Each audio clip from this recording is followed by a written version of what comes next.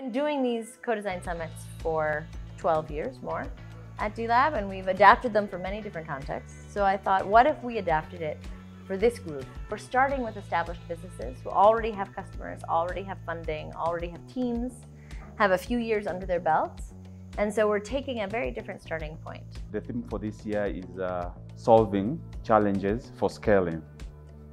And this really resonated with me because I come from Uganda, where most of the businesses that are started do not make it to their first year birthday. What made this event different from the ones that I've attended, the teams were picked in such a way that I had to pitch to my team before we came.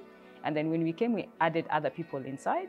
So it was really nice that we had people who understood my product before I came in. My biggest takeaway has been the interaction between all of the teams and the trust that the MIT D-Lab has created among the team members. I think that was really important at the very beginning to develop that trust not only among the team members but also among the whole cohort so that people know that this is a safe place and they can be vulnerable with their company and with their feedback.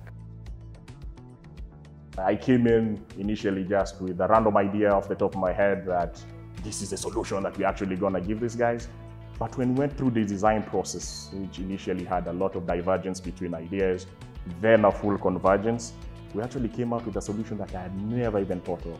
And I'm an individual who's been in financial services for over 16 years. So that was a big surprise to me. What made this week different from the other events that I've ever attended is that there was a lot of practicality, and we had to do groundwork. You know, you go to the field, you actually test this with customers, you actually storming with at the healthcare facilities, and the learning from these stormings, you realize the different behaviors and things that we actually supposed to be implementing, and this actually mirrored the reality of us implementing the strategy. I never could have imagined to be in a room with different people in different countries, trying to be in my shoes or trying to be part of my enterprise.